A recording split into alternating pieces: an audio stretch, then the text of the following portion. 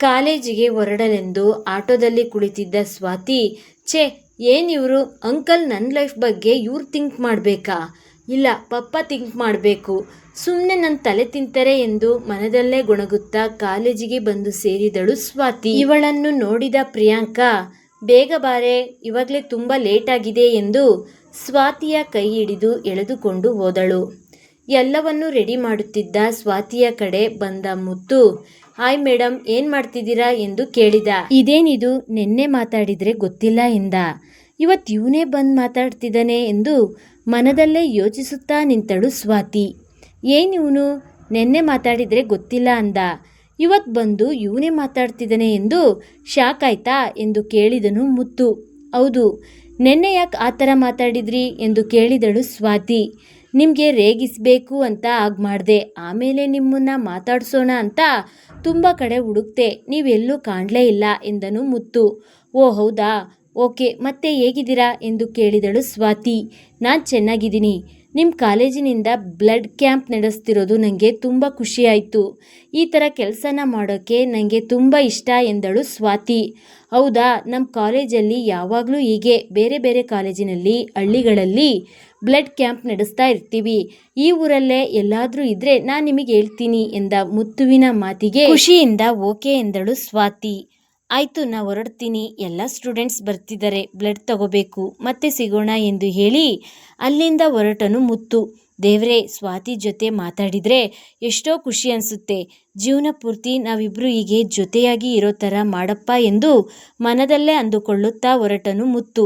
ಇತ್ತ ಮುತ್ತು ಹೋಗುತ್ತಿದ್ದ ದಾರಿಯನ್ನೇ ನೋಡುತ್ತಾ, ದೇವ್ರೇ, ಇವಾಗ ಮನಸ್ಸಿಗೆ ಸ್ವಲ್ಪ ಸಮಾಧಾನ ಅನ್ನಿಸ್ತಿದೆ. ಈ 2 ದಿನ ಅವನ ಜೊತೆ ಇರೋಕೆ, ಮಾತಾಡೋಕೆ ಚಾನ್ಸ್ ಕೊಟ್ಟಿದೆಯಾ ಅಲ್ವಾ, ಅಷ್ಟೇ ಸಾಕು ದೇವ್ರೇ, ನನಗೆ ಅದನ್ನೇ ಜೀವನ ಪೂರ್ತಿ ನೆನಪಿಸ್ಕೊಂಡು ಖುಷಿಯಾಗಿ ಇರ್ತೀನಿ ಎಂದಳು ಸ್ವಾತಿ. ಇತ್ತ ರಾಜಾರಾಮ್ ಅವರು ಮಗಳನ್ನ ಹೇಗೆ ಸಮಾಧಾನ ಮಾಡುವುದು, ಅವಳನ್ನ ಹೇಗೆ ಒಪ್ಪಿಸೋದು, ಇವಾಗ ಹುಡುಗನ ಕಡೆಯವರಿಗೆ ಬೇಡ ಅಂದರೆ ಚೆನ್ನಾಗಿರಲ್ಲ ಎಂದು ಯೋಚಿಸುತ್ತಾ ಚಿಂತೆಯಲ್ಲಿ ಮುಳುಗಿದರು. ಸ್ವಲ್ಪ ಹೊತ್ತು ಯೋಚಿಸಿ ಸ್ವಾತಿಗೆ ಕಾಲ್ ಮಾಡಿದರು ರಾಜಾರಾಮ್.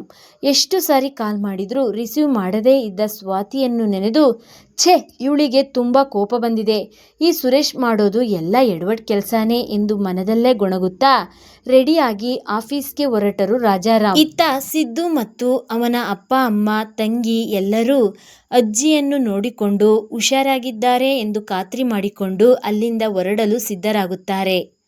ಆಗ ಅಲ್ಲಿಗೆ ಬಂದ ಸರೋಜಾ ಅವರು, ಅಣ್ಣ, ಇನ್ನೂ 2 ದಿನ ಇದ್ದು ಹೋಗಿ ಎಂದರು. ಇಲ್ಲ ಸರೋಜಾ, ತುಂಬ ಕೆಲಸ ಇದೆ, ನಾವು ಹೋಗಲೇಬೇಕು ಕಣಮ್ಮ ಎನ್ನುತ್ತಾ ಸರೋಜಾ, ಸ್ವಲ್ಪ ನಿನ್ನ ಜೊತೆ ಮಾತಾಡೋದಿದೆ, ಹೊರಗಡೆ ಬಾ ಎಂದು ಕರೆದುಕೊಂಡು ಹೊರಬಂದರು ಗಣೇಶ್ ಅವರು. ನೋಡು ಸರೋಜಾ, ನಿಂಗಿರೋಳು ಒಬ್ಳೆ ಮಗಳು, ಸಣ್ಣ ವಯಸ್ಸಿನಲ್ಲೇ ಗಂಡನ ಕಳ್ಕೊಂಡಿದೀಯಾ, ಇಷ್ಟು ವರ್ಷ ಕಷ್ಟಪಟ್ಟಿದ್ದು ಸಾಕಮ್ಮ. ನೀನು, ಅಮ್ಮ, ಸಾಕ್ಷಿ ನಮ್ಮ ಜೊತೆಗೆ ಬಂದ್ಬೇಡಿ, ಎಲ್ಲರೂ ಜೊತೆಲೇ ಇರೋಣ ಎಂದರು ಗಣೇಶ್ ಅವರು. ಅಣ್ಣ, ನಾನು ಯಾವತ್ತೂ ನನ್ನ ತವ್ರ ಮನೆಗೆ ಹೊರೆಯಾಗಿರೋಲ್ಲ ಅಣ್ಣ ಎಂದು ಹೇಳಿದ ಸರೋಜಾ ಅವರ ಕಣ್ಣಲ್ಲಿ ಸ್ವಾಭಿಮಾನ ಎದ್ದು ಕಾಣುತ್ತಿತ್ತು ಗಣೇಶ್ ಅವರಿಗೆ. ಅದನ್ನು ಅರಿತ ಗಣೇಶ್ ಅವರು, ಆಯ್ತಮ್ಮ, ನಿನ್ನಿಷ್ಟ, ಆದರೆ ಸಾಕ್ಷಿ ತುಂಬ ಜಾಣೆ, ಅವಳನ್ನ ನಾ ಕರ್ಕೊಂಡು ಹೋಗಿ ಬೆಂಗಳೂರಲ್ಲಿ ಒಳ್ಳೆ ಕಾಲೇಜಿಗೆ ಸೇರಿಸ್ತೀನಿ ಸರೋಜಾ, ಪ್ಲೀಸ್ ಇಲ್ಲ ಅನ್ಬೇಡ, ನಿನ್ನ ಅಣ್ಣ ಆಗಿ ಇದೊಂದಾದರೂ ಮಾಡೋಕ್ಕೆ ಅವಕಾಶ ಮಾಡಿಕೊಡಮ್ಮ ಎಂದು ಸರೋಜಾ ಅವರನ್ನು ಕೇಳಿಕೊಂಡರು ಗಣೇಶ್. ಸ್ವಲ್ಪ ಹೊತ್ತು ಯೋಚಿಸಿದ ಸರೋಜಾ ಅವರು, ಆಯಿತು ಅಣ್ಣ, ಕರ್ಕೊಂಡೋಗು, ನನಗೂ ನನ್ನ ಮಗಳು ಚೆನ್ನಾಗಿ ಓದಬೇಕು ಅನ್ನೋದೇ ಆಸೆ ಅಣ್ಣ ಎಂದ ಸರೋಜಾ ಅವರ ಮಾತಿಗೆ ಗಣೇಶ್ ಅವರು ಖುಷಿಯಿಂದ ಆಯ್ತು ಕಣಮ್ಮ ಎಂದರು. ಹೀಗೆ ಮಾತನಾಡುತ್ತಾ ಇಬ್ಬರು ಒಳ ನಡೆದರು. ಇತ್ತ ಗಣೇಶ್ ಅವರು ಪವಿತ್ರ ಮತ್ತು ಮಕ್ಕಳಿಗೆ ಸಾಕ್ಷಿ ಬರುವ ವಿಷಯ ತಿಳಿಸಿ ಸಂತಸ ಪಟ್ಟರು. ಸರೋಜಾ ಅವರು ಮಗಳನ್ನು ಒಪ್ಪಿಸಿ ಊರಿಗೆ ಕಳಿಸಲು ರೆಡಿ ಮಾಡಿದರು. ಎಲ್ಲರೂ ಬಸ್ ಹತ್ತಿ ಬೆಂಗಳೂರು ದಾರಿ ಹಿಡಿದರು. ಇತ್ತ ಕಾಲೇಜಿನಲ್ಲಿ ಬ್ಲಡ್ ಡೊನೇಟ್ ಕ್ಯಾಂಪ್ ಶುರುವಾಗಿತ್ತು. ಸ್ವಾತಿ, ಪ್ರಿಯಾಂಕಾ ಮತ್ತು ನಿತ್ಯ ಎಲ್ಲ ಸರಿ ಇದೆಯಾ ಎಂದು ನೋಡಿಕೊಳ್ಳುತ್ತಿದ್ದರು. ಅಲ್ಲಿಯೇ ಮುತ್ತು ಅವನ ಕೆಲಸದಲ್ಲಿ ನಿರತನಾಗಿದ್ದ. ಸ್ವಾತಿ ಮತ್ತು ಮುತ್ತು ಇಬ್ಬರೂ ಜೊತೆಯಲ್ಲೇ ಇದ್ದಿದ್ದರಿಂದ ತುಂಬ ಹೊತ್ತು ತಮ್ಮ ಜೀವನದಲ್ಲಿ ನಡೆದ ಎಲ್ಲ ವಿಷಯಗಳನ್ನು ಹಂಚಿಕೊಂಡರು. ಎಲ್ಲ ಕೆಲಸ ಮುಗಿಸಿ ಸಾಯಂಕಾಲದ ಹೊತ್ತಿಗೆ ಮನೆಗೆ ಹೋಗಬೇಕೆಂದು ಗೇಟಿನ ಬಳಿ ಹೊರಟಿದ್ದ ಸ್ವಾತಿಯನ್ನು ನೋಡಿದ ಮುತ್ತು, ಸ್ವಾತಿ ಬನ್ನಿ ಕಾಫಿ ಕುಡಿದು ಹೋಗಿವ್ರಂತೆ ಎಂದು ಕರೆದನು ಮುತ್ತು. ಆಯ್ತು ಎಂದು ಅವನೊಂದಿಗೆ ಹೊರಟಳು ಸ್ವಾತಿ. ಇಬ್ಬರ ಮನಸ್ಸಲ್ಲೂ ಏನೋ ಒಂಥರ ಖುಷಿ. ಇವನ್ ನನಗೆ ಸಿಗಲ್ಲ, ಆದರೂ ಇವನ್ ಜೊತೆ ಕಳಿತಿರೋ ಈ ಕ್ಷಣ ಇಷ್ಟೊಂದು ಖುಷಿ ಕೊಡ್ತಿದೆ ಎಂದು ಮನದಲ್ಲೇ ಖುಷಿ ಪಡುತ್ತಿದ್ದಳು ಸ್ವಾತಿ. ನನ್ನ ಹುಡುಗಿ ಜೊತೆ ಮಾತಾಡೋ ಭಾಗ್ಯ ಸಿಕ್ಕಿದೆ ಇವತ್ತು ಎಂದು ಮನದಲ್ಲೇ ಖುಷಿ ಪಡುತ್ತಾನೆ ಮುತ್ತು. ಹೀಗೆ ಮನದಲ್ಲೇ ಇಬ್ಬರು ಖುಷಿ ಪಡುತ್ತಾ ಕಾಫಿ ಡೇಗೆ ಬಂದು ತಲುಪಿದರು. ಕಾಫಿ ಕುಡಿಯುತ್ತಾ ಮೊಬೈಲ್ ನಂಬರನ್ನು ಬದಲಿಸಿಕೊಂಡು ಇಬ್ಬರು ತಮ್ಮ ತಮ್ಮ ಮನೆ ಸೇರಿದರು. ಇತ್ತ ರೂಮಿಗೆ ಬಂದ ಮುತ್ತು ಖುಷಿಯಿಂದ ತೇಲಾಡುತ್ತಿದ್ದ.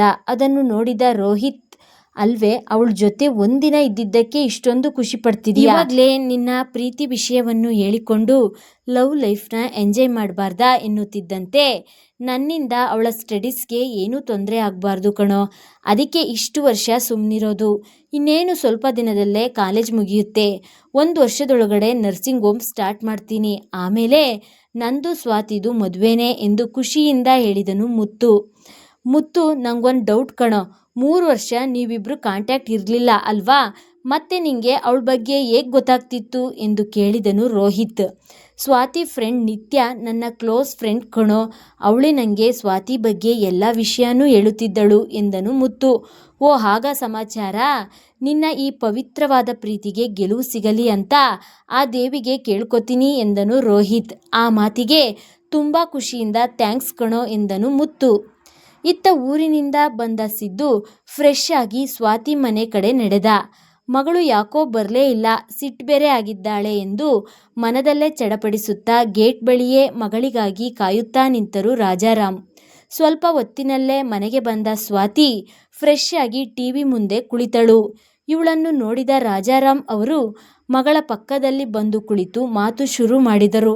ನೋಡು ಅಮ್ಮು, ಇವಾಗ ಸುರೇಶ್ ಗಂಡಿನ ಕಡೆಯವರಿಗೆ ಹೇಳಿದ್ದಾನೆ, ಅದಕ್ಕೆ ಅವ್ರು ಬಂದು ಹೋಗ್ಲಿ, ಮುಂದೆ ಏನಾಗುತ್ತೋ ನೋಡೋಣ ಎಂದು ಸಮಾಧಾನದಿಂದ ಹೇಳಿದರು. ಪಪ್ಪ ಪ್ಲೀಸ್ ಸಮಾಧಾನ ಮಾಡಬೇಡಿ, ಅಂಕಲ್ಗೆ ಏನಾದರೂ ಹೇಳಿ ಕ್ಯಾನ್ಸಲ್ ಮಾಡಿ, ಇದೆಲ್ಲ ನನಗೆ ಇಷ್ಟ ಇಲ್ಲ ಪಪ್ಪ ಎಂದು ಅವರ ಮಾತಿಗೂ ಕಾಯದೆ ಹೋಗಿ ರೂಮ್ ಸೇರಿದಳು.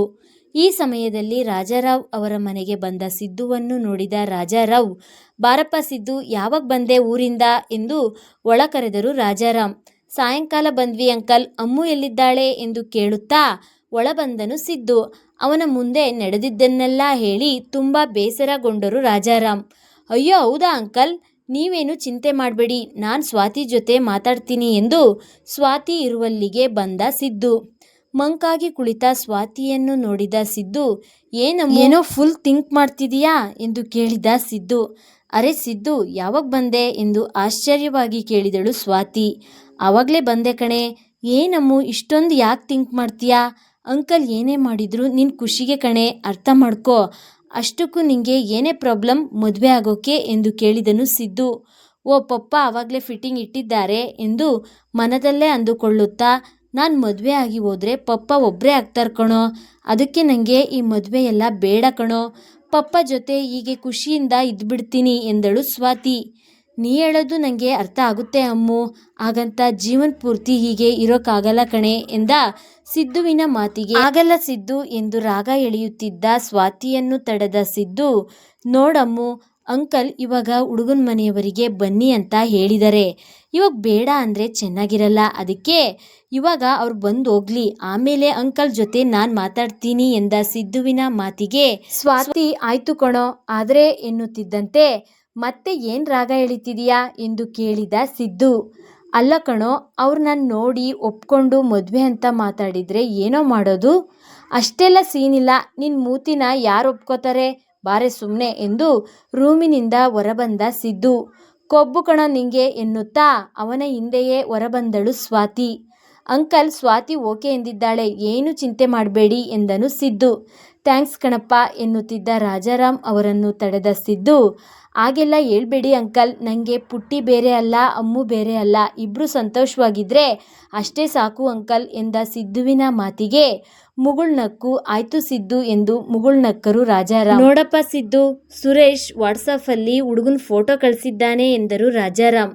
ಓ ಅಂಕಲ್ ಇಷ್ಟೊಂದು ಫಾಸ್ಟ್ ಎನ್ನುತ್ತಾ ಬಾರೆ ನಿನ್ನ ಹುಡುಗನ ಫೋಟೋ ನೋಡು ಎಂದು ಸ್ವಾತಿಯನ್ನು ರೇಗಿಸುತ್ತಾ ವಾಟ್ಸಾಪ್ ಓಪನ್ ಮಾಡಿ ಫೋಟೋ ನೋಡಿದ ಸಿದ್ದು ಆಶ್ಚರ್ಯವಾಗಿ ಸುಮ್ಮನೆ ನಿಂತುಬಿಟ್ಟನು.